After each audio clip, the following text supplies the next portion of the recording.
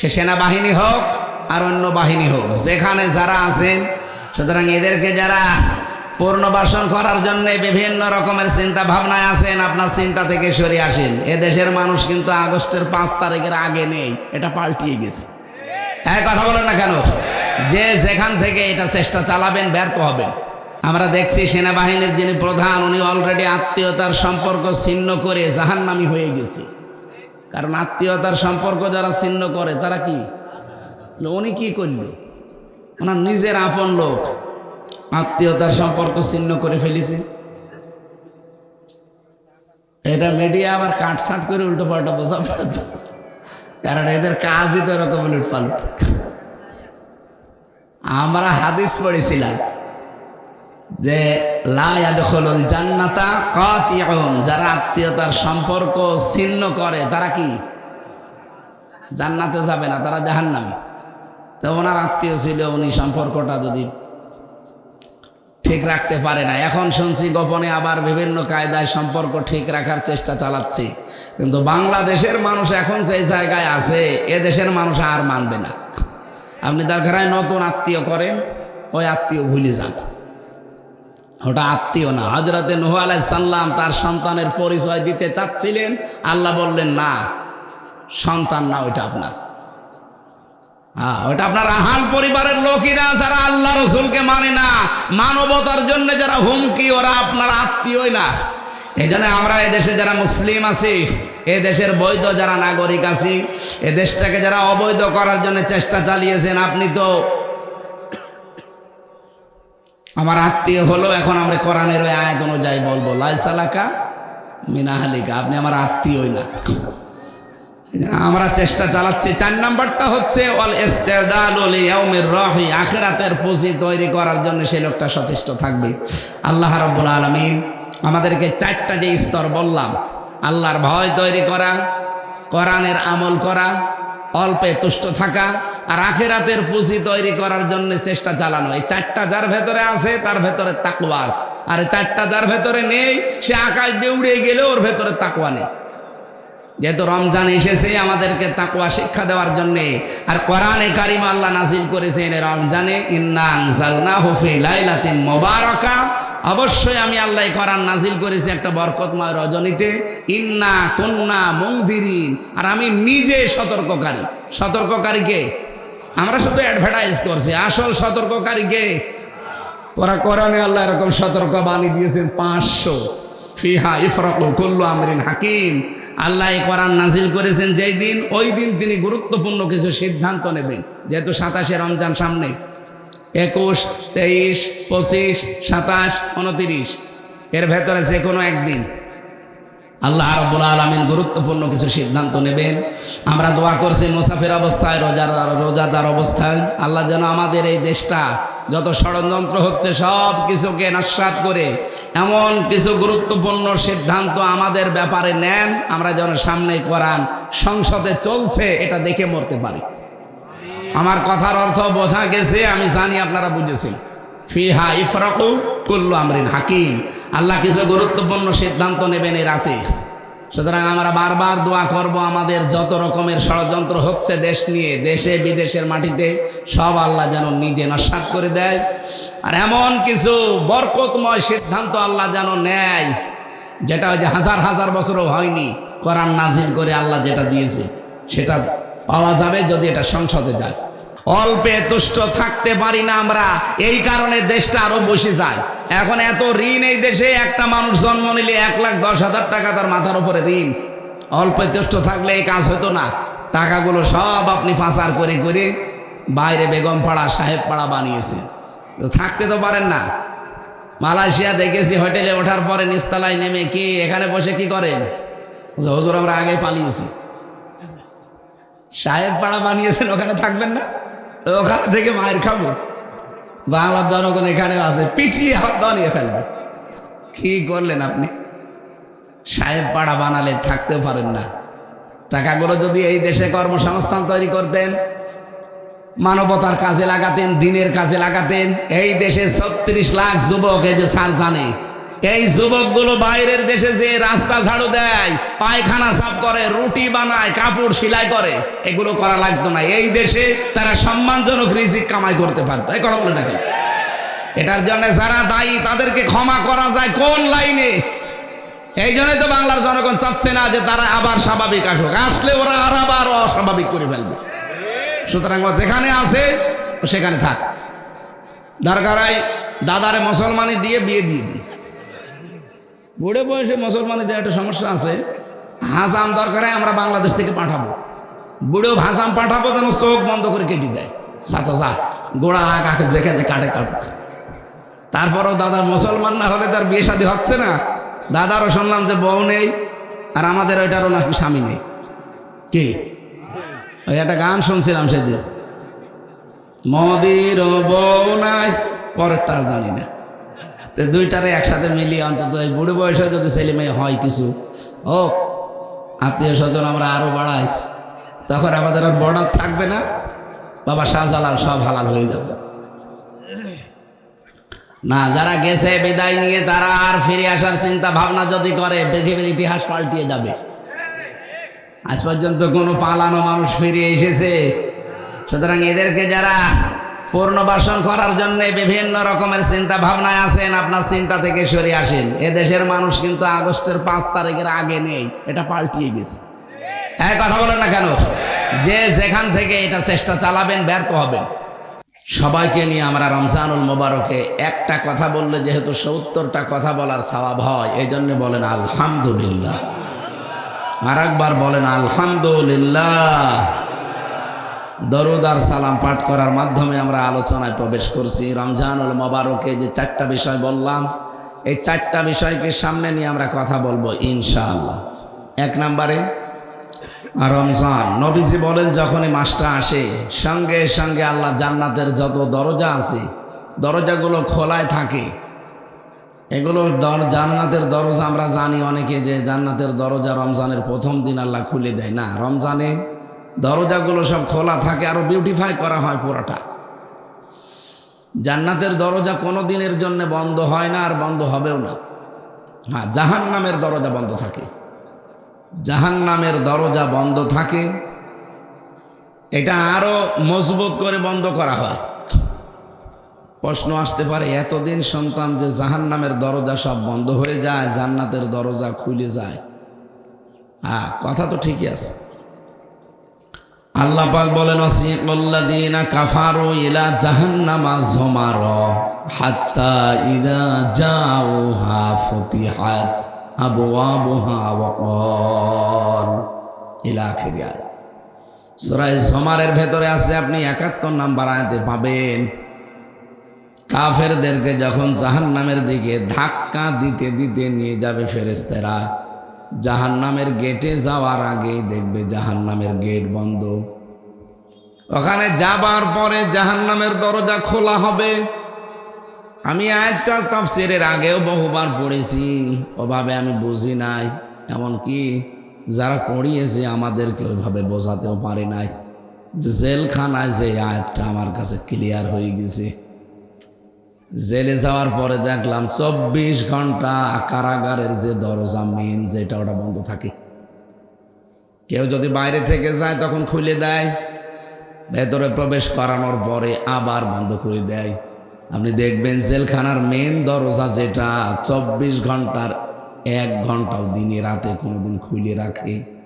আপনারা তো জেলে যাননি, জেলে তো যাব আমরা নাকি? হ্যাঁ, আপনাদের তো এর সাথে কোনো সম্পর্ক নেই। ও জায়গা তো আমাদের জন্য সরকার বানিয়েছে, আর আমরাই মাঝে মাঝে যাব। তাহলে এখান থেকে কি বুঝলাম? জেলখানা 24 ঘন্টা বন্ধ থাকে, কারণ এর ভেতর যারা আছে এরা কিছু কিছু এমন ভয়ঙ্কর অপরাধী। এই যে সুইডেন আসলাম ভাই ছিলেন ভেতরে 27 বছর। নাম শুনে আমার মনে হয় যে বাচ্চা ছেলে ফেলে পানি খাবে। সুইডেন আসলাম, আসলাম তো সুন্দর নাম, সুইডেন কেন? নামের ভেতরে একটা পরিচয় পাওয়া যাচ্ছে না? আমার উপর তলায় একজন ছিল ডেঞ্জার রাসু। এটা টাঙ্গাইল না গাজীপুর? গাজীপুরের একজন ছিল ভয়ঙ্কর তাজ, সব এখন বের হয়ে গেছে, কেউ 15 বছর, কেউ 22 বছর, কেউ 27 বছর জেল খাটতেছে। আর মনে হয় একজন আছে মুকিম গাজী 45 বছর। ওনার একদিন বললাম যে ভাই আপনি কত বছর জেল পেয়েছেন? বলছে 260 বছর। 260 বছর আপনার জেল, বের হবে? হ্যাঁ হুজুর দোয়া করে। আমি দোয়া করে দেব 260 বছর আপনার জীবনে পার হয়ে চলে যান। আপনি 45 বছর জেলে আছেন। তাদের চেহারা মানে দেখলে আপনি যদি প্রথম দেখেন অবশ্যই আপনার ভয় লাগবে, পানি খেতে মনে চাবে। এই মানুষগুলো ভেতরে আছে এরকম ভয়ঙ্কর মানুষ, যারা সুইডেনে যে মার্ডার করে এখানে আসে, এখানে মার্ডার করে সুইডেনে যায়। এই মানুষগুলো এখন তারা আহ্বান জানিয়েছে সরকারকে যে আমরা আর এই রাস্তায় থাকবো না, পরিবর্তন হতে চায়। দয়া করে সরকার যাক, সব কিছু মাফ করে দিয়ে তাদেরকে বের করে দিয়েছে। আল্লাহ রাব্বুল আলামিন এই বান্দাগুলোকে যেন হযরত ওমরের মতো বানিয়ে দেয়। তা আমি কথা বলছিলাম এই যে রমজানুল মোবারকে জাহান্নামের দরজাগুলো সব আরো গল্লিকাতিল আবওয়াব বন্ধ করে রাখা হয়। যা আছে বন্ধ, 24 ঘন্টা বন্ধ থাকে, আরো মজবুত করা হয়। এখানে জেলখানা আমি দেখলাম 24 ঘন্টায় তালা লাগানো, কেউ গেলে খুলে দেয়, ভেতরে প্রবেশ করে আবার তালা লাগায়, একটা সেকেন্ডের জন্য খুলে রাখে না। আপনি যাবেন সঙ্গে সঙ্গে তালা লাগিয়ে দেন। এর পরের আয়াতে আমি পেয়েছি রব্বুল আলামিন জানিয়েছেন আসিকাল্লাযীনা তাকাউ রাব্বাহুম ইলাল জান্নাতি যুমারা হাত্তা ইযা জাউহা ওয়া ফুতিহাত আবওয়াবুহা ওয়া ক্বাল। আল্লাহকে ভয় করে যারা জীবন চালায় এই মানুষগুলোকে ফেরেশতারা ধাক্কা দেবে জান্নাতে নেওয়ার জন্যে, কিন্তু জান্নাতে যাওয়ার আগেই তাদের জন্য দরজাগুলো সব খোলা থাকবে। এই যে মাঝখানে ওয়া আছে, এর আগের আয়াতে কিন্তু ওয়া নেই। এই ওয়ার তাফসীর আমি 19টা পড়েছি, এর ভেতরে একটা হচ্ছে জাহান্নামে যারা যাবে ওখানে যাবার পরে দেখবে দরজা বন্ধ, যিনি মালিক আছে দারোয়ান, নাম তার মালিক, ওনাকে বলার সঙ্গে সঙ্গে খুলে দেবে, ভেতরে দিয়ে আপনাকে তালা লাগিয়ে দেবে। জান্নাতের দরজা ওই রকম না, 24 ঘন্টা এটা উন্মুক্ত থাকে, খোলা থাকে। রমজানুল মোবারক আসলে জান্নাতকে আরো বিউটিফাই করা হয়, সাজানো হয়। জাহান্নামের যত দরজা আছে সব বন্ধ, এমনকি মজবুত করে দেওয়া হয়। নবীজি বলেন জান্নাতের যে হোর পরেগুলো আছে এরা গান বলতে আরম্ভ করে এ আনন্দে। 1 বছর পরে 26শে মার্চ আসলে আমরা যেমন আনন্দে আত্মহারা হয়ে যায়, 16ই ডিসেম্বর আসলে বিজয় দিবস পালন করার জন্য আনন্দে আত্মহারা হয়ে যায়। 16ই ডিসেম্বরে আর কি হয়েছে? একটা দেশ স্বাধীন হয়েছে একটা দেশ থেকে, এতটুকু। রব্বুল আলামিন বলেন রমজানুল মোবারকে যে রাতে কোরআন নাজিল হয়েছে এই পৃথিবীর মানুষের জন্য এত বেশি উপকার হয়েছে, শুধু একদিন না, হাজার হাজার বছরেও মানুষের এই পৃথিবীতে এত উপকার হয়নি। এই জন্য আমরা রমজানুল মোবারক আসলে সেরা কদরটা তেলাওয়াত শুনি বেশি। ইন্না আনজালনাহু ফি লাইলাতিল কদরি ওয়া মা আদরাকা মা লাইলাতুল কদর। অবশ্যই আমি কোরআনে কারীম লাইলাতুল কদর নাযিল করেছি মহিমান্বিত রজনীতে। এই যে আজকে শুরু হয়ে গেছে, এখান থেকে যে বিজোড় 10 দিন আছে, যে কোনো একদিনেই হতে পারে। যদিও 27শে রমজান আমরা অনেকে মনে করি না, যে কোনো একদিন হতে পারে। আল্লাহ পাক বলেন নবী আপনি কি জানেন এই কদরটা কি? আপনাকে যে বললাম লাইলাতুল কদর, আপনি জানেন এটা কি? লাইলাতুল কদরি খায়রুম মিন আলফি শাহর। এটা আলফন ওয়াহিদুন আল্লাহ দেননি। যারা আরবি গ্রামার জানে, আলফন ওয়াহিদুন মানে 1000 বছর, আর আলফন শাহরুন মানে নির্ধারিত না, দুইটাই নাকেরা, অনির্দিষ্ট। এটা 1000 বছর না, আমরা 84 বছর 4 মাস মনে করি না। 83 বছর 4 মাস না, 1000 বছর না, কত বছর কেউ জানে না। আল্লাহ যেহেতু নির্ধারিত করেন না, এজন্য আমাদের নির্ধারিত করা ঠিক না। এটা হাজার হাজার বছর। এ পৃথিবীর মানুষের হাজার হাজার বছরও যে উপকার আল্লাহ করেননি, এই একদিনে কোরআনে কারীম নাজিল করে তার চাইতে বেশি উপকার করেছে। এর নাম লাইলাতুল কদর। কি উপকার করলেন? কোরআনে কারীম নাজিল হওয়ার আগে শ্রমিক তার মর্যাদা মূল্য ফিরে পায়নি, পেতও না। মেয়েরা তাদের সম্মান মর্যাদা পায়নি, পেতও না। মেয়ে হলে তাদেরকে জীবিত কবর দিয়ে দিত। শ্রমিককে কাজ করিয়ে টাকা দেওয়া দূরের কথা, আরো পিটাতো। শ্রমের কোনো মর্যাদা ছিল না, নারীর মর্যাদা ছিল না, মানবতারও কোনো দাম ছিল না পৃথিবীতে। এ কোরআনে আল্লাহ এমন এমন বিধান নাজিল করে মেয়েদের মর্যাদা, শ্রমের মর্যাদা, নারীর মর্যাদা এত বেশি বাড়িয়ে দিয়েছেন যে হাজার হাজার বছরও পৃথিবীর মানুষকে আল্লাহ যা দেয়নি কোরআনের ভেতরে তাই দিয়ে ধন্য করেছেন। সুবহানাল্লাহ। শ্রমের মর্যাদা এত বাড়িয়ে দিলেন বেশি। নবীজি বললেন, আল কাসিবু হাবিবুল্লাহ, যারা কাজ করে খায় এরা সাধারণ মানুষ আর থাকে না, এরা আল্লাহর বন্ধু হয়ে যায়। আপনি খেয়াল করেন শব্দের দিকে, যারা কাজ করে খায় এরা কিন্তু আর সাধারণ মানুষ নেই, এরা আল্লাহর বন্ধু। আর একটা ভ্রান্ত ধারণায় বাংলাদেশের মানুষ আর পাকিস্তানি আর ভারতে আছে। আল্লাহর বন্ধু তাদেরকে মনে করি যাদের কোনো কাজ নেই, শুধু বসে বসে খায়। বিভিন্ন গাছতলায় বসে আছে, বিভিন্ন দরবারে বসে আছে। বলেন তোর কোন কাজ আছে? দরবারে বসে আপনার কোন কাজ বলেন? আপনি শুধু 24 ঘন্টা বসে থাকা আর হু হু করা ছাড়া কোনো কাজ আছে? গাছতলা যারা বসে আছে, বাঁশতলায় আস্তানা করে, কোন কাজ আপনার বলেন? আপনাকে তো আল্লাহ বানিয়েছে, লাকাদ খালাকনাল ইনসানা ফি কাবাদ, অবশ্যই আমি মানুষকে বানিয়েছি পরিশ্রম করার জন্য। আপনার এই শরীর, আপনার এই মেধা, এগুলো তো শ্রম দিয়ে পৃথিবীর মানুষকে কিছু দেওয়া লাগবে।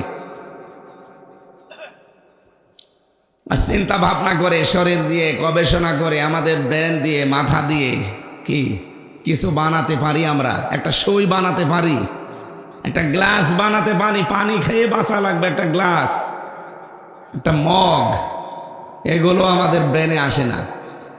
একটা সই বানানো লাগবে, কাপড় চোপড় অন্তত সেলাই করে যেন লজ্জাস্থান ঢাকা যায়, সেটাও বানাতে পারি না। কি কি করেন আপনি? আপনাকে তো আল্লাহ বানিয়েছে চিন্তা ভাবনা করার জন্য, গবেষণা করার জন্য, শ্রম দেওয়ার জন্য।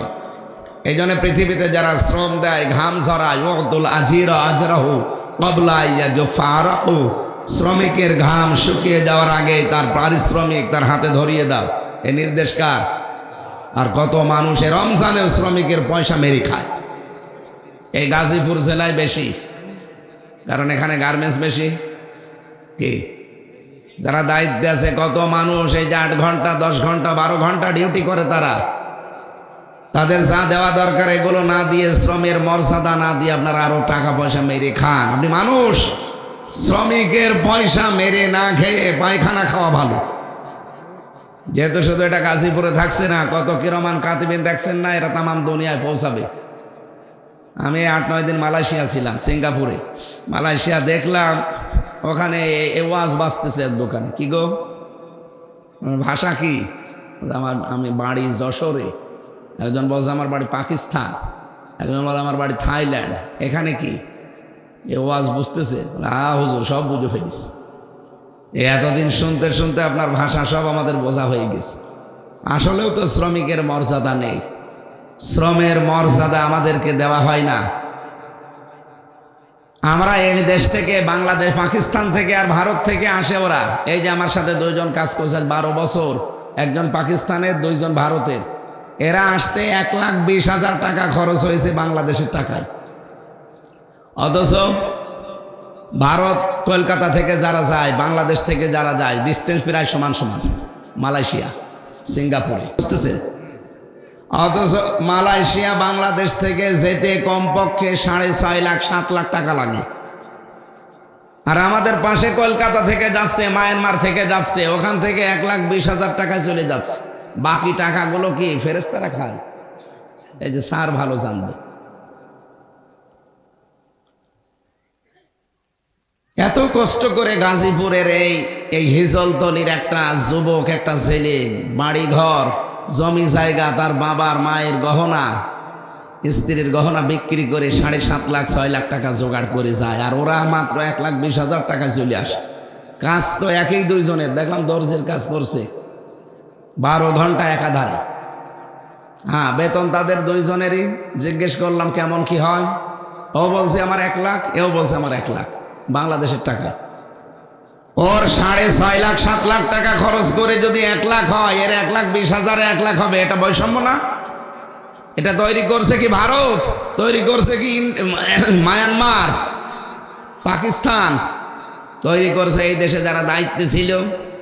ওনারা কয়েকজনের নামও বলেছে যে এর সাথে জড়িত আছে হাসিনার ছোট বোন রেহেনা আর ওই দরবেশ। কোনটা? হ্যাঁ, এরকম আরো 4-5 জনের নাম বলছিল। ওখানে কিছু মানুষ আছে, তাদের কাছে আমি শুনেছি এই যে শ্রমিকের সাথে যে কাজটা করলেন, শ্রমিকের পয়সা যারা মেরে খেয়েছেন এইভাবে 2 নম্বরই কায়দায়, কিয়ামতের দিন আপনার শরীরে 1 টুকরা গোশত থাকবে না, শুধু হাড় ছাড়া। এখনই তো তাই অবস্থা হয়ে গেছে 6.5 মাস জেল খেটে। আর কিয়ামতে যে জেল আল্লাহ বানিয়েছে, যে কারাগার, শ্রমিকের পয়সা যারা মেরে খান, গরিব মানুষকে যারা ঠকান, আপনার শরীরে 1 টুকরা গোশত আল্লাহ রাখবে না, পুরাটা একেবারে ঝাঁঝরা করে দেবে। আগামীতে যারা আসবে দায়িত্বে, তারা যেন সচেতন হয়, বিশেষ করে শ্রমিকের ব্যাপারে, কারণ এরা সাধারণ মানুষ না, আল্লাহর বন্ধু। কত বড় গুরুত্বপূর্ণ শব্দ আল্লাহর নবী দিলেন তাদের ব্যাপারে। আর সবচাইতে ঘৃণিত, সবচাইতে খারাপ মনে করে আমরা তাদেরকে, এ তো এ ছোট কাজ করে, এ রাস্তা ঝাড়ু দেয়, পায়খানা সাফ করে। আরে ভাই, ওই কাজটা কত বড় গুরুত্বপূর্ণ কাজ আপনি জানেন? এই গাজীপুরে যারা রাস্তা ঝাড়ু দেয়, টয়লেট সাফ করে, ওরা যদি না থাকতো এই শহর বসবাসের অযোগ্য হয়ে যেত। সকালবেলা বের হতে পারতেন? আপনি তো সাহেব মানুষ, আপনি তো এসব করেন না। এই জন্য যারা এই কাজ করে খায়, এদেরকে ছোট ভাববেন না, আর নিজেরাও আপনারা ছোট মনে করবেন না। আপনারা মনে করবেন আপনারা আল্লাহর বন্ধু। হ্যাঁ, এখন যদি মনে করেন আল্লাহর বন্ধু তো হয়েই গেছে, ও নামাজ রোজার দরকার হবে, ওটা তো মাস্ট বি লাগবে। কোরআনে কারিমে আল্লাহ উদ্বুদ্ধ করছেন, ফাইদা কুদিয়াতিস সালাতু ফান্তাশিরু ফিল আরদি ওয়াবতাগু মিন ফাদলিল্লাহ ওয়াযকুরুল্লাহা কাসীরান লাআল্লাকুম তুফলিহুন। যখন নামাজ শেষ হয়ে যায়, মসজিদে আর বসে থাকার দরকার নেই, ছড়িয়ে যাও, ছিটিয়ে পড়ো, যেখানে যার কর্মজীবন আছে ওই জায়গায় যাও। কিন্তু সাবধান, মসজিদে যেভাবে আল্লাহকে স্মরণ করতে, অতটুকু স্মরণ কর্মজীবনে করলে হবে না। উনি সচিবালয়ে কাজ করতেন, নামাজ পড়েছে মাত্র 5 ওয়াক্ত নামাজ পড়তে 1 ঘন্টা 10 মিনিট লাগে, আর ওনার ডিউটি ছিল সচিবালয়ে 8 ঘন্টা। ওই 8টা ঘন্টা যদি আল্লাহর স্মরণে থেকে, নামাজে যেভাবে আল্লাহকে স্মরণ করেছিল, মনে রেখেছিল, ওই 8 ঘন্টাও যদি ওভাবে আল্লাহর কথা মনে রেখে অন্যায় কোনো কাজ এই হাত দিয়ে না করে, এই মেধা দিয়ে না করে, 1 ঘন্টা 10 মিনিট নামাজ পড়ে যে সওয়াব পেয়েছে, পুরো 8 ঘন্টা ডিউটি করে একই সওয়াব পাবে। 8 ঘন্টায় যে নামাজের মতো সওয়াব হয়, এটা অনেকে জানেই না, মনে করে না এ দুনিয়ার কাজ। কে বলেছে আপনাকে?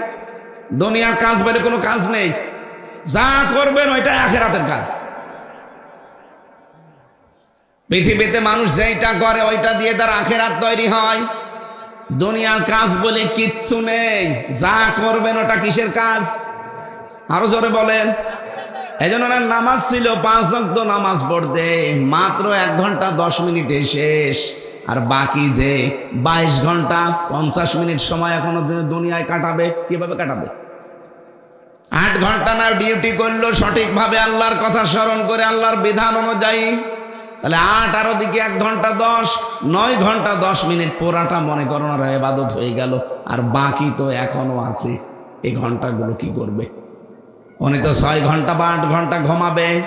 ঘুমানোর সময় যদি বলে বিসমি আল্লাহুম্মা বিসমিকা আমুতু ওয়া আহইয়া আস্তাগফিরুল্লাহ আল্লাযী লা ইলাহা ইল্লা হুয়াল হাইয়্যুল কাইয়্যুম ওয়া আতুবু ইলাইহি, এতটুকু পড়ে যদি ঘুমিয়ে যেতে পারে 8 ঘন্টায় উনি নামাজের মতো সওয়াব পাবে। উনি কি আছে বলেন তো? ঘুমিয়ে আছে। বলেন বলেন, উনি যে 8 ঘন্টা ঘুমিয়ে নামাজে দাঁড়িয়ে যে সওয়াব পেত ওই সওয়াব পাবে, এটা এতদিন জানতেন? এমনকি ওনার স্ত্রীকে যদি শাসন করে যে তুমি আমার বাড়িতে থাকতে হলে ফরজ নামাজ পড়ো না, যদি শাসায়, এমনকি যদি মারধরও করে নামাজের জন্যে, ওই মারধর করাটাও ইবাদত হিসাবে আল্লাহ লিখে নেবে। 4টা কারণে স্ত্রীকে মারা যায়, শাসন করা যায়, কিন্তু 4 জায়গায় মারা যায় না, মাথায়, মুখে, বুকে আর পিঠে। এই 4 জায়গা বাদ দিয়ে বাকি জায়গায় আপনি তাকে 4টা কারণে মারতে পারবেন, যদি ফরজ নামাজ না পড়ে, ফরজ রোজা না রাখে, সঙ্গত কারণে। যদি ফরজ পর্দা যেটা আছে এটা না করে, 4 নাম্বার স্বামীর জায়েজ হুকুম যেটা, এটা যদি না মানে, এই 4টা যদি না মানতে চায় তাহলে তাকে শাসনের জন্য মারা যায়। মাজা থেকে শুরু করে পা পর্যন্ত লাঠি হবে, কোদালের আছাড়ি, কি 1 বিঘত পরিমাণে একটা লাঠি, তাও নিজের হাত দিয়ে ধরা লাগবে, পিলাস দিয়ে ধরা যাবে না। একদিন আমারে বলছে, হুজুর লাঠি 1 হাত হোক, 1 বিঘত হোক, আমি পিলাস দিয়ে ধরে বড় করে মারব। নাই তো 1 বিঘত লাঠি ও যদি নিজের হাত দিয়ে ধরে মারা যায়, ও ছাতা কি লাগবে? ও তো মারলে হবে না, গুঁতো দেওয়া লাগবে। না, স্ত্রীর গায়ে হাত তোলা এটা ইতর মানুষের কাজ। আমি যে পয়েন্টে কথা বলছিলাম, আপনি নামাজ শেষ হয়ে গেলে মসজিদে আর থাকতে পারেন না, অথচ নামাজের আগে আল্লাহ ওয়াজকুরুল্লাহ শব্দটা দেননি। কোরআনে দেখবেন নেই, কিন্তু যেখানে কাজের কথা, কর্মজীবনের কথা, প্র্যাকটিক্যাল লাইফের কথা সঙ্গে সঙ্গে আল্লাহ দিয়েছেন ওয়াজকুরুল্লাহ। তার মানে নামাজের চাইতে বেশি স্মরণ করা লাগবে কর্মজীবনে। এইটা আজ মুসলমানদের ভেতরে নেই, এ কারণে আমরা উঠে দাঁড়াতে পারি না। অন্যান্য জাতিগুলো আমি দেখে আসলাম, তারা আল্লাহকে বিশ্বাস করে না, কোরআন বিশ্বাস করে না, কিন্তু তাদের কর্মজীবনে এই মানুষগুলো দায়িত্বশীল, এই জন্য তারা দাঁড়িয়ে যাচ্ছে। মালয়েশিয়ার মতো দেশ, এত বড় বিশাল দেশ, বাংলাদেশের মতো প্রায় 5টা জোড়া দিলে যত বড় হবে এত বড়, মানুষ মাত্র 3 কোটি, তাও বাংলাদেশ থেকে 20 লাখ, ইন্ডিয়া থেকে এরকম আরো 30 লাখ, থাইল্যান্ড থেকে এসেছে, পাকিস্তান থেকে গেছে আরো 20 লাখ, এরকম সব মিলে 1 কোটি, আর ওরা খুব বেশি হলো 2 কোটি। এই হচ্ছে তাদের রাষ্ট্র, মাত্র 3 কোটি মানুষ নিয়ে এরকম 5টা বিশাল দেশ, তারা আজ উন্নত। আর আমাদের 20 কোটির উপরে মানুষ আমরা, তাদের যদি 3 কোটি মানুষের 6 কোটি হাত হয়, আমাদের 20 কোটি মানুষের 40 কোটি হাত। কথা বলেন, এই হাতগুলো আমরা যদি আজ কাজে লাগাতে পারতাম, এই মানুষকে যদি মানুষ সম্পদে পরিণত করতে পারতাম, এই দেশটা দাঁড়িয়ে যেত। মালয়েশিয়া 2004 সালের পর থেকে দাঁড়িয়েছে, আমরা তার আগে দাঁড়িয়ে যেতে পারতাম, কিন্তু খালি চুরি চুরি আর চুরি, সব জায়গায় চুরি, কর্মজীবনে চুরি, টাকা পয়সা চুরি, পাচারে চুরি, সব চুরিতে আছে। আর এই চুরির আইনটা কোরআন দিয়ে পাশ করতে দিতে চায় না তারা, যারা সব চাইতে বড় বড় চোর। কারণ তারা জানে যে চুরির আইন যদি সেই 1971 সালে 72 সালে যখন সংবিধান হয়েছিল, ওই সময় যদি চুরির আইনটা ওই জায়গায় লেখা থাকতো কোরআন দিয়ে যে হাত কেটে দাও, তাহলে এদেশের বহু মানুষের হাত গলায় ঝুলত। এই জন্য ওরা কোরআনের এই আইনকে বর্বর আইন বলতো। একজন মারা গেছে, আমি নাম নিলাম না, উনি বলতো কোরআনের এই আইনটা সূরা মায়েদার এই 37 নাম্বার আয়াত, 38 নাম্বার আয়াত, আস-সারিকু ওয়াস-সারিকাতু ফাকতাউ আইদিয়াহুমা, চোর চুরি করলে নারী হোক পুরুষ হোক, সাক্ষ্য প্রমাণে যদি ধরা হয় তার হাত কেটে দাও। এই নির্দেশ কার? উনি বলতো এটা বর্বর আইন, কারণ সে জানে যে আমার কালো বিড়াল বের হয়ে গেছে, যদি এটা প্রমাণ হয় তাহলে আমার কি কাটা যাবে, এই জন্য হাত কাটার আইনকে সে বর্বর আইন বলতো। বাংলাদেশে এখন অনেক জাহেল, অনেক অজ্ঞ মানুষ দায়িত্বে আছে, তারা দেখতে পাচ্ছে। আজকে একজন বলেছে যে নামাজ রোজার মতোই এই সে সামনে পয়লা বৈশাখ আসতেছে, নামাজ রোজার মতোই পয়লা বৈশাখ আমাদের সংস্কৃতি। এ কথা কেউ বললে তার ঈমান থাকার কথা। কোথায় নামাজ রোজা আর কোথায় পয়লা বৈশাখ? আরে পয়লা বৈশাখের যে কালচার পালন করা হয় এদেশে, এগুলো তো হিন্দুদের। আপনি তো পালন করবেন পয়লা মুহররম ইমাম হোসাইনের মতো, যে অন্যায় দেখলে জীবন দিয়ে হলেও প্রতিবাদ করা লাগবে, এর নাম। আর ওরা পয়লা বৈশাখে বাদর সাজে, আল্লাহকে দেখাতে চায় যে মানুষ বানিয়েছে, আমার ভালো লাগে না, আমি বাদর হলে ভালো লাগতো। আল্লাহর সৃষ্টি যারা বিকৃত করে, আল্লাহ সবচাইতে বেশি রাগ হয় তাদের প্রতি। আল্লাহ আমাদের জাতিকে যেন হেফাজত করে, আর এ কথা যিনি বলেছেন তিনি যেন তাওবা করেন। অথবা 16 কোটি 18 কোটি 20 কোটি মানুষ কিন্তু একবারে আবার ওই জালেমদের মতো খেপে গেলে আপনারও গদিতে থাকতে পারবেন না। এদেশের মানুষের আর কিছু না থাক, অন্তত এতটুকু ঈমান আছে যে আল্লাহ রসুলের উপরে কোনো আঘাত আসলে এরা আর তখন দল বেদল দেখে না। কি কথা বলেন না কেন? এটাই যদি আর না থাকে তখন আর অস্তিত্ব থাকবে না। এই জন্য এই কথা যিনি বলেছেন, বুঝে বলেছেন কি না বুঝে বলেছেন আমরা জানি না, আপনার তওবা করে নেবেন, নয়তো আপনার ঈমানের সমস্যা দেখা দেবে। আমরা কর্মজীবনের কথা দিয়ে শুরু করেছিলাম, নামাজের চাইতে এখানে জানলাম কর্মজীবনের দাম কত বেশি। আমরা এই জন্য মসজিদে প্রবেশ করলে দেখবেন দুনিয়ার সব মানুষ একটা দোয়া পড়ে, আল্লাহুম্মা ইফতাহলি বা মাফতাহলি আবওয়াবা রহমাতিক। হে আল্লাহ, তোমার রহমতের একটা না, আবওয়াব বহু বচন, বাবের যত দরজা আছে সব খুলে দাও। তাহলে রহমত পাওয়ার জায়গা কোনটা? মসজিদ। বলেন না কেন? রহমত পাওয়ার জায়গা। রহমত পাওয়া শেষ, এবার আপনি আর মসজিদে বসে থাকতে পারবেন এ কথা আল্লাহ কোরআনে দেয়নি। ফান্তাশিরু ফিল আরদ, ছড়িয়ে যাও জমিনে। ছড়িয়ে যাওয়ার সময় কি বলবা? এই জন্য মসজিদ থেকে বের হওয়ার সময় কি বলা লাগে? আল্লাহুম্মা ইন্নী আসআলুকা মিন ফাদলিকা। এই যে কোরআনের আয়াতে ছিল অবতাগু মিন ফাদলিল্লাহ, আল্লাহর রিজিক, আল্লাহর অনুগ্রহ তোমরা তালাশ করো, অনুসন্ধান করো, খোঁজ করো। আর এই দোয়াতেও আল্লাহ ওই শিক্ষাটাই আমাদেরকে নবীজি দিলেন যে আল্লাহুম্মা, হে আল্লাহ, ইন্নী, অবশ্যই আমি, আসআলুকা, আপনার কাছে চাই, মিন ফাদলিকা, আপনার রিজিক চাই। তাহলে ফজল মানে রিজিক, ফজল মানে কি? এটা পাওয়ার জন্য কি মসজিদ, মাদ্রাসা, খানকা, ঈদগাহ, গরস্থান, কোন জায়গা? জমিন। বলেন বলেন। ফান্তাশিরু ফিল আরদি, ছড়িয়ে যাও জমিনে। সুতরাং রিজিকের জন্য কোথায় থাকা লাগবে? এই জমিনে ছড়িয়ে ছিটিয়ে যে সেক্টরে কাজ করছে। আপনি যদি কাজটা মনে করেন যে না নামাজের মতো এইটাও ইবাদত, বাংলাদেশ তো একেবারে দাঁড়িয়ে যাওয়ার কথা। কারণ নামাজে যেমন চুরি করা যায় না, 8 ঘন্টা ডিউটিতেও চুরি করা যাবে না। কথা বলেন না কেন? ইউনিয়নের মেম্বার থেকে শুরু করে একেবারে সংসদ যিনি প্রধান আছেন এদেশে, প্রত্যেকটা মানুষ যদি আজ এই রকম করে ইবাদত মনে করতাম, আমার মনে হয় দেশটা মালয়েশিয়ার মতো 2004 সালে না, 54 বছর আগে দেশটা দাঁড়িয়ে যেত। কিন্তু আমরা যেখানে ছিলাম আরো নিম্নে চলে গেছি। রমজানুল মোবারক এসেছে, আমার প্রথম কথা ছিল একটার সাথে যেহেতু আর একটা সম্পর্কিত, রিলেটেড করা। রমজান আসলে যেন আমরা জান্নাতের দরজা যেহেতু সব উন্মুক্ত হয়েই আছে, আরো পরিষ্কার পরিচ্ছন্ন করে বিউটিফাই করা হয়। জাহান্নামের দরজা যা বন্ধ আছে আরো বন্ধ করে দেওয়া হয়। জান্নাতের হুর পরীরা গান বলতে আরম্ভ করে এবং আল্লাহ নিজে রহমতের দৃষ্টিটা বান্দার প্রতি একেবারে একনিষ্ঠভাবে নিক্ষেপ করে থাকে।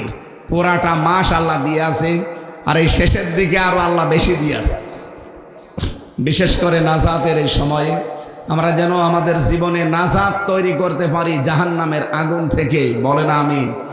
এইটাই মানব জীবনের সবচাইতে বড় সফলতা। আমি এবার একটা নতুন তথ্য বলছি, যারা একটু লেখাপড়ার মন দেন বা পড়াশোনা করেন তাদের জন্য কাজে লাগবে। সূরা আলে ইমরান 185 নম্বর আয়াত। আল্লাহ রাব্বুল আলামিন বলেন, কুল্লু নাফসিন যায়িকাতুল মাউত ওয়া ইন্নামা তুওয়াফাউনা উজুরাকুম ইয়াওমাল কিয়ামাহ ফামান যুহজিহা আনিন নার ওয়া উদখিলাল জান্নাতা ফাকাদ ফাজ। প্রত্যেকেই মারা যাবে। ও গাজীপুরবাসী, আপনি যত উপরে ওঠেন না কেন, আপনাকে মরা লাগবে, এটাই ফাইনাল। পৃথিবীতে আজ পর্যন্ত যত দামি মানুষও বেঁচে থাকেনি, কিয়ামত পর্যন্ত কেউ থাকবেও না। ওয়াইন্নামা তুওয়াফাউনা উজুরাকুম ইয়াউমাল কিয়ামাহ, কিয়ামতের দিন প্রত্যেকের উজরত, পারিশ্রমিক আল্লাহ পরিপূর্ণ করে দেবে। এই শব্দটার দিকে খেয়াল করে আমি একটা জিনিস পেয়েছি। আমার এই 33 বছর বয়স, 92 সালে আমার জন্ম। আমি যদি এই 33 বছরে মারা যাই, যত অপরাধ করেছিলাম ওই অপরাধগুলো আমার মাথার উপরে চাপিয়ে দিলে আমার বিচার শেষ হয়ে যাওয়ার কথা। আল্লাহ ইউওয়াফাউনা উজুরাকুম ইয়াউমাল কিয়ামাহ, উজুর বহু বচন দিলেন কেন? তাফসীর মাহফিলে আসতে হয়, কোরআন বুঝতে হয়, এই কারণে নিজের জীবনকে সংশোধনের জন্য। আল্লাহ আজরন দিতে পারতেন, উজুর দিলেন কেন?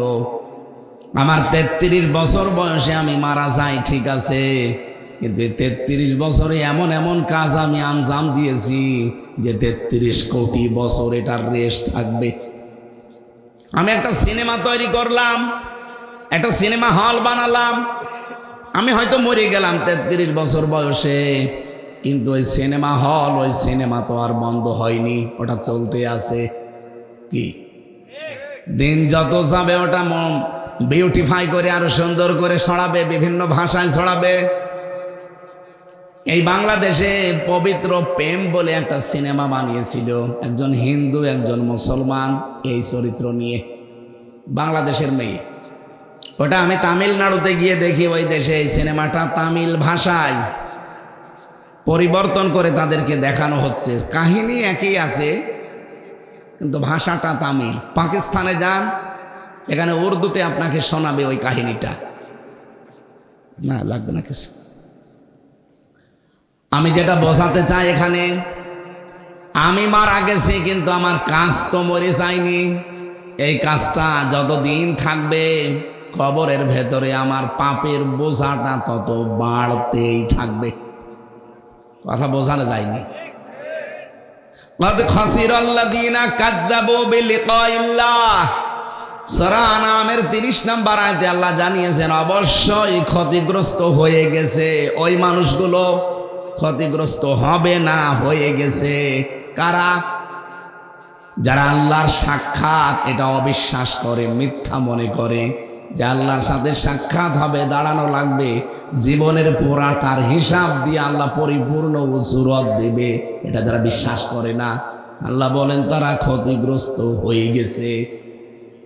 হাত্তা ইযা জাআতুহুমুস সাআতু বাগতাতান, হঠাৎ করে যখন তাদের সামনে সাত চলে আসে। এখানে সাতের অর্থ দুইটা, একটা মৃত্যু আর একটা কিয়ামত।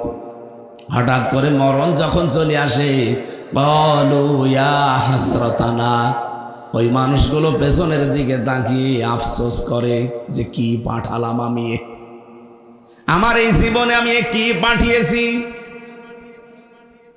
আলামা ফাররাতনা ফিহা, আমার জীবনে আমি যা কামাই করেছি এর জন্য আমার এখন আফসোস হয়। ওয়াহুম ইয়াহমিলুনা আওজারহুম আলা যুহুরিহিম, এই যে ঝাড়, ঝাড় এক বচন, আওজার বহু বচন। ঝাড় মানে বোঝা, আওজার মানে বোঝা সমূহ। আল্লাহ বলেন ওয়া মানে এবং হম মানে তারা, ইয়াহমিলুন হামালা, ইয়াহমিলু মানে বহন করা। এটা মজারে, বর্তমান, ভবিষ্যৎ, প্রেজেন্ট, ফিউচার। এই মানুষগুলো যেন বহন করছে, করবে তাদের পাপের বোঝাগুলো পিঠের উপরে। গাজীপুরবাসী, আপনি মনে করবেন আমার নিজের জন্য এইটা। আমি যদি এখন মারা যাই, আমার এই 33 বছর জীবনের যত গুনাহ এগুলো একটা বোঝা আকারে চাপিয়ে দিলে তো হয়ে যেত। আল্লাহ কেন আওজার দিলেন কেন? আমি যে বললাম এমন এমন কাজ, আমি সাদগায়ে জারিয়া সারা জীবন শুনি যে মাদ্রাসা, মসজিদ, মানবতার কল্যাণে কোনো কাজ করলে ওটা সাদগায়ে জারিয়া হয়, যতদিন টিকে থাকবে সওয়াব পেতে থাকবেন। এদের পরিবর্তে গুনায়ে জারিয়া আছে অনেকে আমরা জানি না। সাদগায়ে জারিয়া যেমন আছে, আপনার জীবনে গোনায়ে জারিয়াও আছে। মারা যাওয়ার সঙ্গে সঙ্গে ওই কাজটা দুনিয়ায় এখনো রেশ কাটে নাই, চলতে থাকে। আমি এমন একটা দল তৈরি করে গেলাম, আমি হয়তো মরে গেছি কিন্তু দলের লোক তো মরে যায়নি, ওরা সাদাবাজি করছে। এরকম দল তো বাংলাদেশে নেই।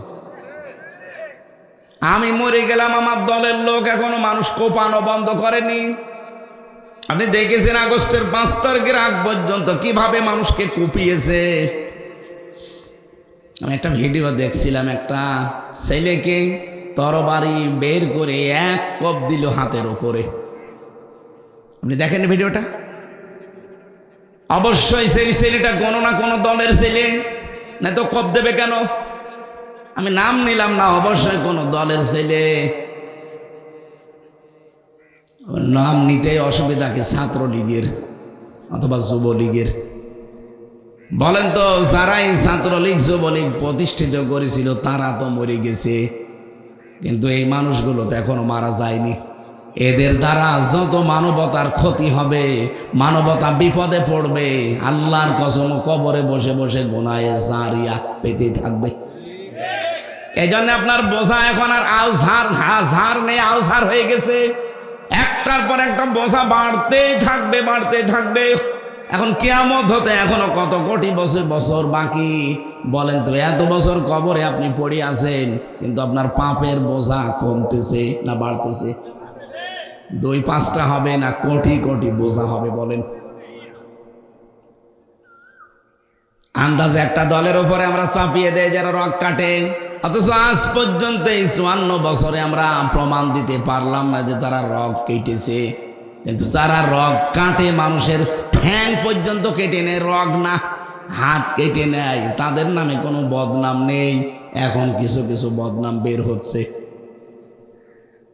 জাহাঙ্গীরনগর বিশ্ববিদ্যালয়ে মানিক নামে যে ছেলেটা 100টা মেয়েকে ধর্ষণ করার পরে মিষ্টি বিলোতন করছিল যে আমি সেঞ্চুরি করেছি। তো উনি যেই দলের লোক, ওই দলটা যিনি প্রতিষ্ঠিত করেছিল সে তো মারা গেছে, কিন্তু ওই দলের এই ছাত্র তারা তো মারা যায়নি, তারা কাজ চালিয়ে যাচ্ছে। বাবা শাহজালাল সব হালাল। 100টা মেয়েকে ধর্ষণ করে যদি আপনি চিন্তা করতে পারেন, মিষ্টি বিলোতন করছে যে আমি সাকসেস, আমি আজকে সেঞ্চুরি করেছি। উনি তো মরে গেল, কিন্তু এই কাজগুলো যতদিন এই দুনিয়ায় জীবিত থাকবে, যত মানুষ ধর্ষণের শিকার হবে, যে কয়েকদিন আগে আসিয়া, এইটাও গোনাও তারা মোটামুটি যাবে। কারণ তারা ধর্ষণ করে আনন্দ করে, উল্লাস করে। যত মানুষ এই ধর্ষণের শিকার হবে, সব গোনাগুলো যিনি দল কায়েম করেছিল তার আমল নামায় যে পাপের বোঝা বাড়তেই থাকবে। আমরা শুধু জানি আদম নবীর সন্তান হাবিল আর কাবিল, ওনারা একজন আর একজনকে পৃথিবীতে মেরে ফেলেছিল।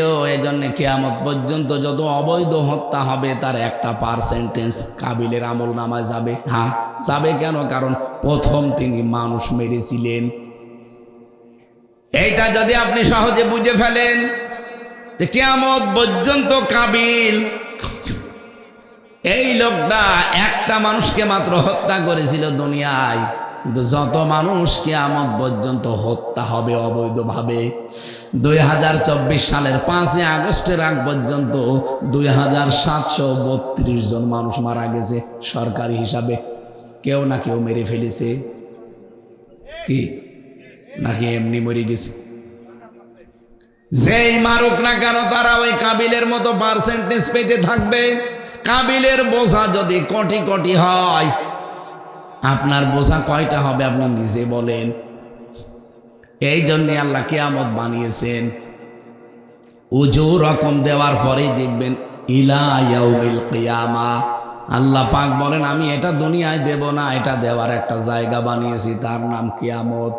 কারণ তোমাকে আমি একটা জীবন দিলাম, তুমি একজন মানুষকে মেরে ফেললে, তোমাকে মেরে ফেললে তো শেষ, কিন্তু না, তুমি যদি একা 1000 মানুষ হত্যা করার কারণ হয়ে দাঁড়াও, তোমার ইশারায় যদি 1000 মানুষ মারা যায়, তোমাকে একবার মেরে ফেললে তো হবে না, তোমাকে মারা লাগবে 1000 বার। দুনিয়া এরকম জায়গা আছে? বলেন বলেন। আপনি তো একবার মেরলে শেষ, তো 1000 বার মারবো কি করে? এই জন্য আল্লাহ কিয়ামত বানিয়েছেন। ফামান কি ওয়াইন্নামা তুওয়াফাউনা উজুরাকুম ইয়াউমাল কিয়ামাহ, কিয়ামতের ময়দানে তোর পারিশ্রমিক, তোর উজুরত আমাকে পরিপূর্ণ করে আমি দিয়ে দেব। যা তুই যা যা করেছিলি, তুই যদি একটা কারণ হয়ে থাকিস 20,000 মানুষ হত্যা করার, তোকে আমি 20,000 বার কিয়ামতে মারবো। কিভাবে মারবো? তোর চামড়া পাল্টাবো, শুধু চামড়া একটার পরে একটা পাল্টাতেই থাকবে। চামড়া পরিবর্তন করে নতুন চামড়া লাগানোটাতে কত বড় কঠিন কাজ, আপনি একটু লাগিয়ে দেখেন। আল্লাহ বলেন কিয়ামতে এই শাস্তিটা বৃদ্ধি করার জন্য আমি আল্লাহ ময়দানে মাহশার বানিয়েছি। ফামানে যুহজিহা আনিন নার ওয়া উদখিলাল জান্নাতা ফাকাদ ফাজ, ওই লোকটার জীবন সফল যাকে আল্লাহ জাহান্নামের আগুন থেকে মুক্ত করে জান্নাত দিয়ে দিয়েছে। এদিকে তাকান, খুব গুরুত্বপূর্ণ বিষয় এটা। ফামান যুহজিহা আনিন নার, আল্লাহ বলেন সফল ওই লোকটার জীবন যেই লোকটাকে জাহান্নাম থেকে আল্লাহ বাঁচিয়ে দিয়েছে। না বাঁচাবে, বাঁচাবে, বাঁচাবে এই কথা কোরআনে আছে, বাঁচিয়ে দিয়েছে এই কথা কোরআনে নেই, কারণ এটা বর্তমান ভবিষ্যতের শব্দ। আল্লাহ মাঝি অতীতের শব্দ দেননি যে তাকে বাঁচিয়ে দেওয়া হয়ে গেছে। না, আল্লাহ বলেন ওই লোকটার জীবন সফল যাকে আল্লাহ জাহান্নামের আগুন থেকে বাঁচাবে, ওয়াদখিলাল জান্নাহ, আর জান্নাতে প্রবেশ করাবে। ফাকাদ ফাজ, সেই লোকটা সফল হয়ে গেছে। এবার আসেন তো এই আয়াতের বাস্তব ব্যাখ্যা পেয়েছি আমি দুইটা। এক নম্বরে, কিয়ামতে আসল কিন্তু হার জিতের জায়গা, ওখানে সফলতা ব্যর্থতার আসল জায়গা ময়দান। দুনিয়ার জীবনে সফল বিফলের কোনো মার পেছ নেই। এখানে যদি আপনি বিফল হয়ে মারা যান, কিয়ামতে যদি আল্লাহ জাহান্নামের আগুন থেকে আপনাকে মুক্ত করে জান্নাতে দিয়ে দেয়, আপনার জীবন সফল। এটা তো মরণের পরে গেল। আর একটা ব্যাখ্যা আছে, দ্বিতীয় ব্যাখ্যা হচ্ছে আপনাকে যদি আল্লাহ জাহান্নামের কাজগুলো আস্তে আস্তে ছেড়ে দেওয়ার তৌফিক দেয় আর জান্নাতের কাজগুলো আস্তে আস্তে করার সুযোগ করে দেয়, আপনি মনে করবেন আপনার জীবন সফল। আমি বোঝাতে পারছি কথা? আপনি এবার ভাবেন তো আপনি কোন জায়গায় আছেন। জাহান্নামের কাজগুলো, অন্যায়গুলোকে আস্তে আস্তে আমি ছেড়ে দিতে পারছি, আর জান্নাতের কাজগুলোকে আমি আস্তে আস্তে ধরতে পারছি। যদি পারেন এরকম জীবন যদি তৈরি হয়, বুঝবেন আপনার ফাকাদ ফাজ, জীবন সফল হচ্ছে।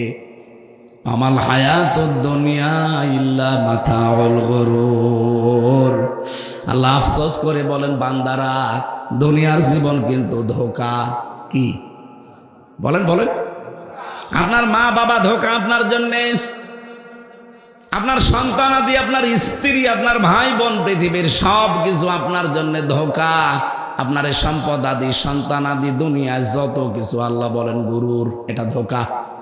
এর বাস্তব প্রমাণ আমরা এখন নিজেরাই টের পাচ্ছি। 200 বছর আগে যে লোকটা মারা গেছে, ওই লোকটা যদি এখন গাজীপুরে এসে বলে যে এই জমি জায়গা আমার, এই বাড়ি আমার, আপনি ঢুকতে দেবেন? আমি আমার নিজেরটা বলছি। আমার বাবার নাম রিয়াজ উদ্দিন, তার বাবার নাম জাহান আলী, তার বাবার নাম নমাজ আলী, তারপরে আমি জানি না। এই যে নমাজ আলীর বাবা যিনি, সত্যি কথা বলছে আমি জানি না। সে যাই হোক, তার নাম মনে করেন মোহাম্মদ আলী। এই যে এই লোকটা খুব বেশি হলো মাত্র 200 বছর আগে মরে গেছে। তাকে আমি কোনোদিন দেখিনি, কারণ আমি নমাজ আলীকেও দেখিনি। আমি জাহান আলী পর্যন্ত দেখেছি, এরপরে আমি আর দেখিনি। নমাজ আলীর বাপ তো আরো দূরের কথা, উনিও আমাকে দেখেনি, আমার নামও শোনেনি, আমি ওনার নাম শুনিনি, ওনাকে তো দেখেও নি। এখন যদি উনি এই 200 বছর পরে কুষ্টিয়ায় ফিরে আসে, এসে বলে যদি এই 2 তালা বাড়ি আমার, এই জমি জায়গা আমি বানিয়েছিলাম, আমি এখানে থাকতে চাই, ওনাকে থাকতে দেব? কিসের নমাজ আলীর বাপ আপনি? আমি তো নমাজ আলীকে চিনি না, কারণ আপনিও আমাকে দেখেননি, আপনাকেও আমি দেখিনি, আমি চিনিও না। এমনকি এই গ্রামে এখন যারা আছে কেউ আপনাকে চেনে না। এইটার নাম দুনিয়া। আল্লাহ বারবার কোরআনে আয়াতটা দিয়েছেন, আমাল হায়াতুদ দুনিয়া ইল্লা মাতাউল গুরুর। হে পৃথিবীর মানুষেরা, দুনিয়ার জীবনটা কিন্তু ধোঁকা, এটা প্রতারণা ছাড়া আর কিছু না। এই জন্য এইটার পেছনে পড়ে আমার বিশাল আখিরাত যেন ভুলে যেও না। আমার ম্যাডাম আমাকে ভালোবাসে, আমি জানি।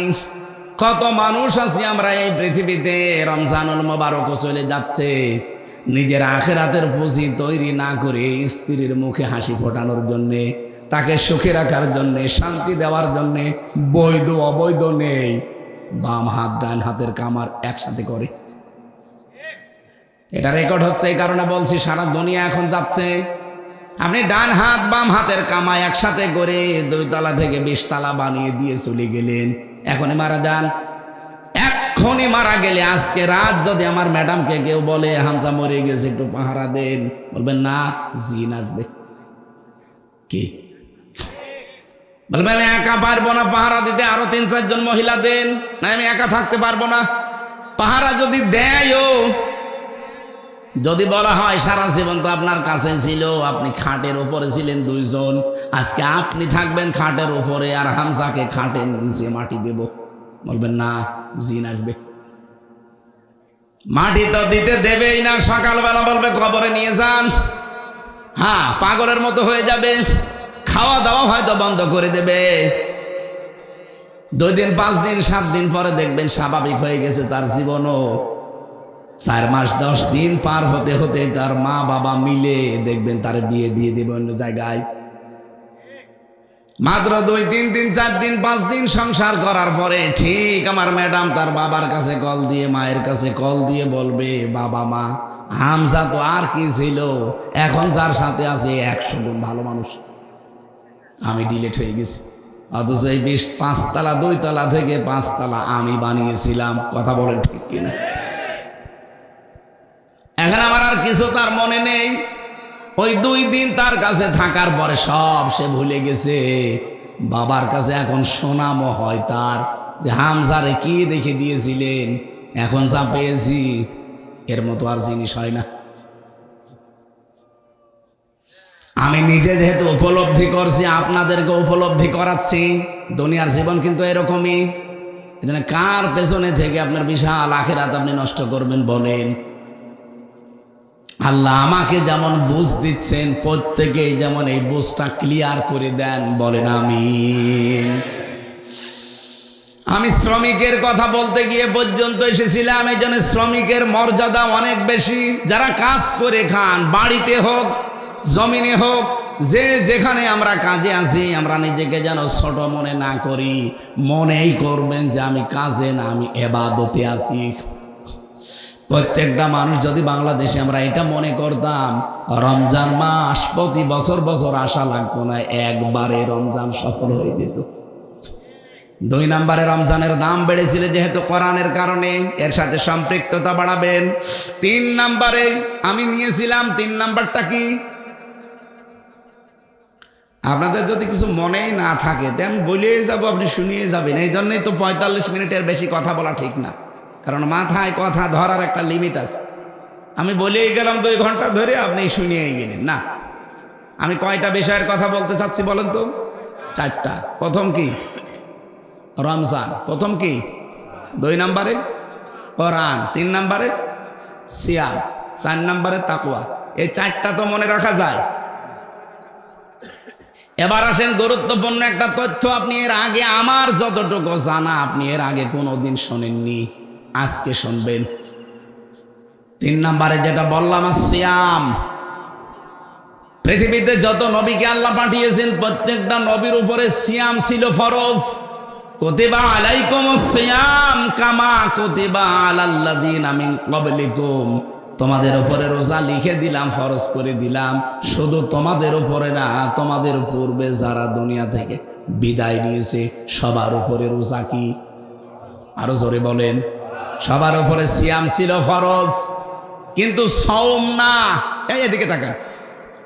আসিয়াম এবং আসসাওম শব্দ 2টা শুনতে কাছাকাছি মনে হচ্ছে, আকাশ পাতাল পার্থক্য আছে। সিয়াম হচ্ছে কন্টিনিউ, একটার পর একটা আসতেই থাকা ধারাবাহিকভাবে। এই জন্য আপনি দেখবেন এই যে রমজান যারা পাননি, সিয়াম যারা পাননি, এটা কিন্তু আগামী বছর হলে আপনি আবার বেঁচে থাকলে পাবেন। কি বলেন বলেন? কিন্তু সাওমটা কি? এখানে যারা আছেন একজনকেও যদি কেউ বলতে বলে যে বলেন তো সিয়াম আর সাওমের ভেতরে পার্থক্য কি, না আমার জানা পারবে না, কারণ ওইভাবে ডিপলি চিন্তা হয়তো আপনারা করেননি। সিয়াম যেহেতু প্রত্যেক নবীর উপরে ছিল, কিন্তু তাদের সিস্টেম আলাদা ছিল। আমাদের সিয়াম হচ্ছে সকাল থেকে সন্ধ্যা পর্যন্ত না খেয়ে থাকা, পানি না পান করা, স্ত্রী সম্পর্ক থেকে বিরত থাকা, আর হারাম যত কাজ আছে হারাম কাজগুলো ছেড়ে দেওয়া। এই চারটা শর্ত পালন করার নাম হচ্ছে সাওম। এর নাম কি? আর সিয়াম কি? আমাদের উপরে তো সিয়াম ফরজ, অথচ আমি হাদিস পড়েছিলাম প্রথমে, আপনি দেখেছেন আস-সাওমুলি আস-সিয়ামুলি বলি নাই, কারণ হাদিস হচ্ছে আস-সাওমুলি, রোজা আমার জন্যে, ওয়ানা আজিজি বিহি বা ওয়ানা উজিজা বিহি, এর পুরস্কার আমি আল্লাহ নিজে দেব, অথবা আমি নিজেই তার পুরস্কার হয়ে যাব। এটাকে সিয়ামের জন্য না সাওমের? বলেন বলেন। সাওম কাকে বলে বোঝা গেছে? কি? না খেয়ে থাকা খাবার, না খেয়ে থাকা পানি, স্ত্রী সম্পর্ক থেকে দূরে থাকা, আর হারাম কাজ যাবতীয় ছেড়ে দেওয়া। কয়টা শর্ত? আরো জোরে। কিন্তু সিয়ামটা কাকে বলে? আপনি দেখেন অন্যান্য নবীর উম্মতের উপরে সিয়াম ছিল, কিন্তু তাদের সিয়াম আমাদের মতো এই চারটা বিষয় ছিল না। হযরতে মারিয়াম আলাইহিস সালাম তিনি সিয়াম ছিলেন, তার সিয়াম বা তার রোজার নিয়ম ছিল কি? তিনি সব করতে পারতেন, তিনি খাবার খেতে পারতেন, পানি পান করতে পারতেন, সব করতে পারতেন, দুনিয়ায় শুধু কথা বলতে পারতেন না। তার মারিয়াম আলাইহিস সালামের যে নিয়ম, তার রোজার যে নিয়ম সিয়ামের, ওনার সাথে আমাদের রোজার মিল আছে? বলেন বলেন। এখন যদি বলেন না আমি মরিয়মের মতো রোজা রাখবো, শুধু কথা বলবো না আর সব খাবো, হবে? কারণ আমাদের ওই রোজা আল্লাহ দেয়নি। এই জন্য সিয়াম এটা কন্টিনিউ, প্রতি বছর আসতেই থাকবে, এটা কিয়ামত পর্যন্ত। কিন্তু সাওম এটা আপনাকে তৈরি করা লাগবে। আমি আশা করি কথা বোঝাতে পেরেছি। আর সিয়াম আর সাওম কি এক? সিয়াম আসে কন্টিনিউ ধারাবাহিকভাবে একটার পরে একটা, আর প্রত্যেকটা উম্মতের উপরে সিয়াম আছে। এ পৃথিবীতে এখন 4,500 ধর্মের মানুষ বাস করে, প্রত্যেকটা ধর্মের মানুষ সিয়াম রাখে। আপনি ইহুদিদের দিকে তাকান, তারাও সিয়াম রাখে, কিন্তু তারা সেহরি করে না। খ্রিস্টানদের দিকে তাকান, তারাও সিয়াম করে, কিন্তু তারা ইফতারি করে না। এই যে হিন্দু যারা মুশরিক, এরাও বাবা মা মরে গেলে সিয়ামই করে, রোজায় রাখে, উপোস বলে। কি বলে?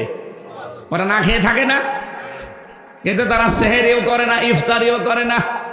আর আমাদের যে সিয়াম, এখানে সেহরি আছে, ইফতারি আছে, আর ওই চারটা শর্ত মেনে চলা আছে। নবীজি হাদিসে কুদসি এটা বিশ্ব নবী এই জন্য জানিয়েছে আস-সাওমুলি ওয়া আনা আজিজি বিহি, এটা আল্লাহর কথা নবীর মুখ দিয়ে বের হচ্ছে। কেউ যদি সিয়াম সাধনা করে, সাওম পালন করে, আমার আল্লাহ পাক নিজে তাকে পুরস্কার দেবেন, অথবা নিজেই পুরস্কার হয়ে যাবেন। এখন আমার প্রশ্ন, আল্লাহ সিয়ামটা কেন রমজানে দিলেন? এখনো তো 12 মাস ছিল, সেই মাসে সিয়ামটা দিলেন না কেন? রমজানের সাথে, কোরআনের সাথে সিয়ামের এমন অঙ্গাঙ্গি ভাবে জড়িত সম্পর্ক, আপনি এর ভেতরে না ঢুকলে বুঝবেন না। বক্তা চলে এসেছে, তো এই জন্য আমি তাড়াতাড়ি করছি। 4 নাম্বার বলেছিলাম তাকওয়া, লাআল্লাকুম তাত্তাকুন। রব্বুল আলামিন বলেন সিয়ামটা দিয়েছি এই কারণে, যেহেতু তোমরা তাকওয়াবান হতে পারো, তাকওয়া অর্জন করতে পারো। এই তাকওয়াটা কি? এটা কি গাজীপুরের বাজারে কিনতে পাওয়া যায়? এইবার ভালো করে শুনবেন, এতক্ষণ যা করেছেন আমি কিছু বলি নাই, এদিকে তাকান। এবার এই 4টা বিষয়, আমি এটাও জানি যে 4টা বিষয় জীবনে শোনেননি, এখনই শুনবেন। তাকওয়া মানে আমার মতো জব্বা গায়ে দিয়ে, পাগড়ি মাথায় দিয়ে, সুন্দর টুপি মাথায় দিয়ে, হাতে তসবিহ নিয়ে হু হু করা না। তাকওয়ার ব্যাখ্যা পেয়েছি আমি 4টা। হযরতে আলীকে জিজ্ঞাসা করা হচ্ছে, ও আলী, তাকওয়া কাকে বলে?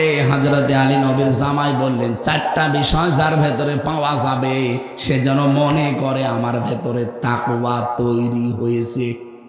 আমি এবার প্রশ্নটা ছেড়ে দিলাম, বলেন তো যে চারটা বিষয় হযরতে আলী বলেছিলেন যে এই চারটা বিষয় যদি আপনার ভেতরে থাকে তাহলে আপনি বুঝবেন আপনি তাকওয়াবান হয়েছেন। আর যদি না থাকে, আপনি যতই বুজুর্গ দাবি করেন, আপনি বুজুর্গ না, আপনি বেজির্গ। চলে এসেছে? এত বড় বক্তা চলে আসলে কথা বলা যায়। আলহামদুলিল্লাহ ভাই, আমাদের শ্রদ্ধাভাজন বড় ভাই মাওলানা আব্দুল্লাহ আল আমিন আন্তর্জাতিক অঙ্গনের কারি, আপনারা তেলাওয়াত শুনলে বুঝবেন। আলোচনা উন্নত মানের আলোচনা করে, ওনাদের কণ্ঠ সাইদি সাহেবের বিদায় নিয়েছে, কিন্তু কণ্ঠটা মনে হয় আল্লাহ ওইটা পরিবর্তন করে ওনারা দিয়ে দিয়েছে। হ্যাঁ, এখানে আর একবার হয়েছে। আলহামদুলিল্লাহ, ভাইয়ের কথা শুনবো আমরা। আমি রোজার মাস, এরপরে আমার আরেকটা অনুষ্ঠান আছে গাজীপুর, কি বলে ওটা, টাঙ্গাইলে দেলদুয়ারে। রোজার মাসে যদি প্রতিদিন এই 2-3 ঘন্টা করে কথা বলা লাগে, আমার তো গলা শুকিয়ে শেষে বলবো পানি দিন পানি দিন। এই জন্য বেশি কথা বলা ঠিক না। রোজার মাসে এই ক্লাসের মতো সর্বোচ্চ 40-45 মিনিটে শেষ করা দরকার। 1 ঘন্টা আমাদের হয়ে গেছে, আমরা আর বাড়াতে চাই না। শুধু এই 4টা বিষয় খুব তাড়াতাড়ি ব্যাখ্যা ছাড়া বলি, আপনি মনে করে রাখবেন, লিখে রাখবেন। 1 নম্বরে আল খাউফু মিনাল জালিল, আল্লাহর ভয় তৈরি করা। আল্লাহকে যেমন না দেখে আপনি ভয় করছেন, বিশ্বাস করছেন, না দেখে ভয়ও করা লাগবে। 2 নম্বরে আল আমালু বিত-তানজিল, আল্লাহর কোরআন অনুযায়ী আপনার আমল হওয়া লাগবে, কাজ হওয়া লাগবে। আমাদের কাজ আমল হয় কিন্তু কোরআনের বাইরে। এই জন্য কাজ কারবার যদি কোরআন কেন্দ্রিক হয়, কোরআনের সাথে সম্পৃক্ত হয়, তখন আপনি বুঝবেন যে আপনার ভেতরে তাকওয়া আছে। নামাজ এটা কোরআনের আমল না? রোজা কোরআনের আমল না? কথা বলেন না কেন? হজ করা কোরআনের আমল না? কয়বার করে আছে কোরআনে? নামাজের কথা খুব বেশি হলো আপনি 82 বার পাবেন। রোজা রাখা লাগবে কথাটা সর্বোচ্চ আপনি 1 জায়গায় পাবেন। হজ করা লাগবে কথাটা জীবনে কোরআন 1 জায়গায় পাবেন। যাকাত দেওয়া লাগবে কথাটা আপনি 82 জায়গায় পাবেন। কিন্তু এই দেশে ইসলাম প্রতিষ্ঠিত করা লাগবে, দিন কায়েম করা লাগবে, এই কথাটা আছে 918 জায়গায়। কোরআনের আমল এইগুলো। আপনি নামাজটা মেনে নিলেন, রোজাটা মেনে নিলেন, হজটা মেনে নিলেন, যাকাতটা মেনে নিলেন, 56,000 বর্গ মাইলে যে কোরআনে কারিম প্রতিষ্ঠিত করা লাগবে, এটা আপনি মানেন না। আর কেউ মানতে বললে আপনি বলেন এটা ধর্ম ব্যবসা। এক কথা বলে দেখা, তাহলে এইটা যদি ধর্ম ব্যবসা হয়, নামাজও কি ওইটা ধর্ম ব্যবসা? 9টা এর ভেতরে আছে, আর 918 জায়গায় আছে এইটা যে আকিমুদ্দিন, দিন কায়েম করো। ডাইরেক্ট হোক ইনডাইরেক্ট হোক, হয়তো 1 জায়গায় আপনি আকিমুদ্দিন পাবেন, অন্য জায়গায় পাবেন আলালাহুল খালক ওয়াল আমরু, আর এক জায়গায় পাবেন ইনিল হুকমু ইল্লা লিল্লাহ। এরকম বিধানগুলো আছে। তাহলে সবগুলোর সামারাইজ করলে আমি 918 জায়গায় পুরা কোরআনে পেয়েছি। ওইগুলোর কথা বললেই মানুষের কাছে আমরা কালার হয়ে যাই, বলে হুজুর বেশি বুঝে। অথচ নামাজের কথা সুর দিয়ে বলি, মানুষ কান্নাকাটি করবে আর বলবে খুব ভালো মানুষ। ওই ভালো মানুষটা যখন বলে যে আকিমুদ্দিন, এটা কায়েম করা লাগবে। কারণ খৌফ, ভয়, তাকওয়া যদি কেউ তৈরি করতে চায়, কোরআনের বাইরে আমল করলে তার তাকওয়া তৈরি হবে না। আমরা আপনাকে আহ্বান জানাবো, আজকে শফিউদ্দিন নাকি নাম যেন দেখলাম, এই শফিউদ্দিন সাহেব দিন কায়েমের আন্দোলনে যুক্ত হয়েছে। উনি বুঝে শুনে যুক্ত হয়েছেন, আন্দাজে যুক্ত হয়নি। উনি মনে করে নামাজ যেমন ফরজ, রোজা যেমন ফরজ, দিন কায়েম করা ঠিক ওই রকম ফরজ। এ কারণে এত রিস্কের ভেতরে ওই কাজগুলো তারা আঞ্জাম দিয়ে যায়। কিন্তু বাকি যে মানুষগুলো আমরা দেখি, কেন এ কাজকে আপনি ফরজ মনে করেন না? খালি নামাজ ফরজ, রোজা ফরজ, এটা ফরজ না? এটা আজ বাংলাদেশের 18-20 কোটি মানুষ যদি আমরা শফিউদ্দিনের মতো মনে করতাম না এটাও ফরজ, এই বাংলাদেশে দিন কায়েম হতে দেরি হয়। কিন্তু আমরা এই তাকওয়ার এই পর্যায়ে যেতে পারিনি। সে হুজুর বলেন আর খেজুর বলেন। 3 নম্বরে আল কিনায়াতু বিল কলিল, অল্পে তুষ্ট থাকা। অল্পে তুষ্ট থাকতে পারি না আমরা, এই কারণে দেশটা আরো বসে যায়। এখন এত ঋণ এই দেশে, একটা মানুষ জন্ম নিলে 1,10,000 টাকা তার মাথার উপরে ঋণ। অল্পে তুষ্ট থাকলে এই কাজ হতো না। টাকাগুলো সব আপনি পাচার করে করে বাইরে বেগম পাড়া সাহেব পাড়া বানিয়েছে, থাকতে তো পারেন না। মালয়েশিয়া দেখেছি, হোটেলে ওঠার পরে নিচতলায় নেমে কি এখানে বসে কি করেন, হুজুর আমরা আগে পালিয়েছি। সাহেব পাড়া বানিয়েছেন, ওখানে থাকবেন না, ওখানে থেকে মায়ের খাবো। বাংলার জনগণ এখানে আছে, পিটিয়ে হাত বানিয়ে ফেলবে। কি করলেন আপনি? সাহেব পাড়া বানালে থাকতেও পারেন না। টাকাগুলো যদি এই দেশে কর্মসংস্থান তৈরি করতেন, মানবতার কাজে লাগাতেন, দিনের কাজে লাগাতেন, এই দেশে 36 লাখ যুবক, এই যে স্যার জানে, এই যুবকগুলো বাইরের দেশে যে রাস্তা ঝাড়ু দেয়, পায়খানা সাফ করে, রুটি বানায়, কাপড় সেলাই করে, এগুলো করা লাগতো না। এই দেশে তারা সম্মানজনক রিজিক কামাই করতে পারতো। এই কথা বলে না কেন? এটার জন্য যারা দায়ী তাদেরকে ক্ষমা করা যায় কোন লাইনে? এই জন্যই তো বাংলার জনগণ চাচ্ছে না যে তারা আবার স্বাভাবিক আসুক। আসলে ওরা আর আবার অস্বাভাবিক করে ফেলবে। সুতরাং যেখানে আছে সেখানে থাক। দরকারাই দাদারে মুসলমানি দিয়ে বিয়ে দিয়ে দিন। বুড়ে বয়সে মুসলমানি দেওয়া একটা সমস্যা আছে। হাজাম দরকারে আমরা বাংলাদেশ থেকে পাঠাবো, বুড়ো হাজাম পাঠাবো যেন চোখ বন্ধ করে কেটে দেয়, সাথে যা গোড়া কাকে যেখানে কাটে কাটুক। তারপরেও দাদা মুসলমান না হলে তার বিয়ে শাদী হচ্ছে না। দাদারও শুনলাম যে বউ নেই, আর আমাদের ওইটারও নাকি স্বামী নেই। কি ওই একটা গান শুনছিলাম সেদিন, মোদির বউ নাই, পরেরটা জানি না। তো দুইটারে একসাথে মিলিয়ে অন্তত এই বুড়ো বয়সে যদি ছেলে মেয়ে হয় কিছু হোক, আত্মীয় স্বজন আমরা আরো বাড়াই, তখন আমাদের আর বর্ডার থাকবে না। বাবা শাহজালাল সব হালাল হয়ে যাবে না। যারা গেছে বিদায় নিয়ে তারা আর ফিরে আসার চিন্তা ভাবনা যদি করে, পৃথিবীর ইতিহাস পাল্টিয়ে যাবে। আজ পর্যন্ত কোনো পালানো মানুষ ফিরে এসেছে? সুতরাং এদেরকে যারা পুনর্বাসন করার জন্য বিভিন্ন রকমের চিন্তা ভাবনায় আছেন, আপনার চিন্তা থেকে সরে আসেন। এদেশের মানুষ কিন্তু আগস্টের 5 তারিখের আগে নেই, এটা পাল্টিয়ে গেছে। হ্যাঁ, কথা বলেন না কেন? যে যেখান থেকে এটা চেষ্টা চালাবেন ব্যর্থ হবেন, সে সেনাবাহিনী হোক আর অন্য বাহিনী হোক, যেখানে যারা আছেন। আমরা দেখছি সেনাবাহিনীর যিনি প্রধান, উনি অলরেডি আত্মীয়তার সম্পর্ক ছিন্ন করে জাহান্নামী হয়ে গেছে। কারণ আত্মীয়তার সম্পর্ক যারা ছিন্ন করে তারা কি, উনি কি করল, ওনার নিজের আপন লোক আত্মীয়তার সম্পর্ক ছিন্ন করে ফেলেছে। এটা মিডিয়া আবার কাটছাট করে উল্টো পাল্টা বোঝা পারত, কারণ এদের কাজই তো এরকম উলটপালট। আমরা হাদিস পড়েছিলাম যে লা ইয়াদখুলুল জান্নাতা কাতিউন, যারা আত্মীয়তার সম্পর্ক ছিন্ন করে তারা কি জান্নাতে যাবে না, তারা জাহান্নামী।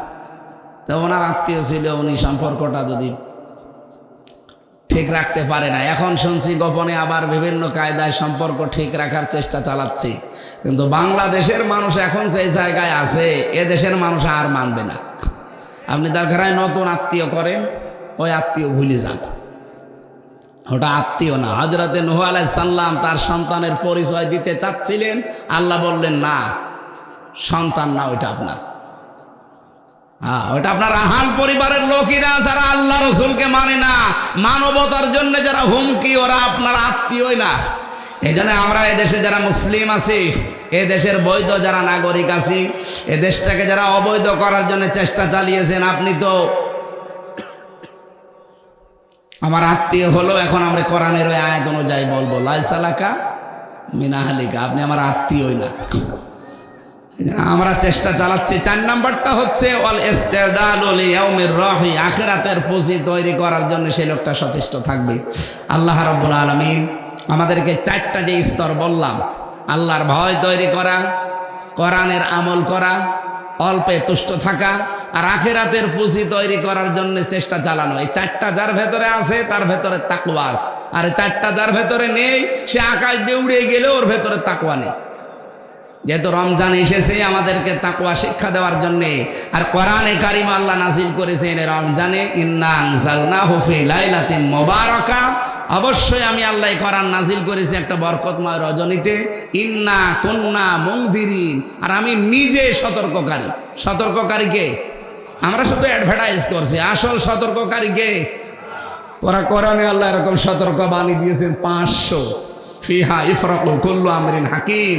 আল্লাহ এই কোরআন নাজিল করেছেন যেই দিন, ওই দিন তিনি গুরুত্বপূর্ণ কিছু সিদ্ধান্ত নেবেন। যেহেতু 27শে রমজান সামনে, 21, 23, 25, 27, 29 এর ভেতরে যে কোনো একদিন আল্লাহ রাব্বুল আলামিন গুরুত্বপূর্ণ কিছু সিদ্ধান্ত নেবেন।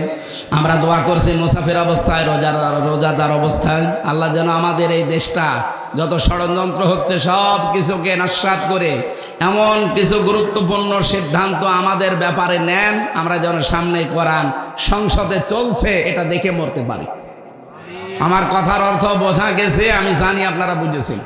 ফিহা ইফরাকু কুল্লু আমরিন হাকিম। আল্লাহ কিছু গুরুত্বপূর্ণ সিদ্ধান্ত নেবেন এই রাতে। সুতরাং আমরা বারবার দোয়া করব, আমাদের যত রকমের ষড়যন্ত্র হচ্ছে দেশ নিয়ে, দেশে বিদেশের মাটিতে, সব আল্লাহ যেন নিজে নস্যাৎ করে দেয়।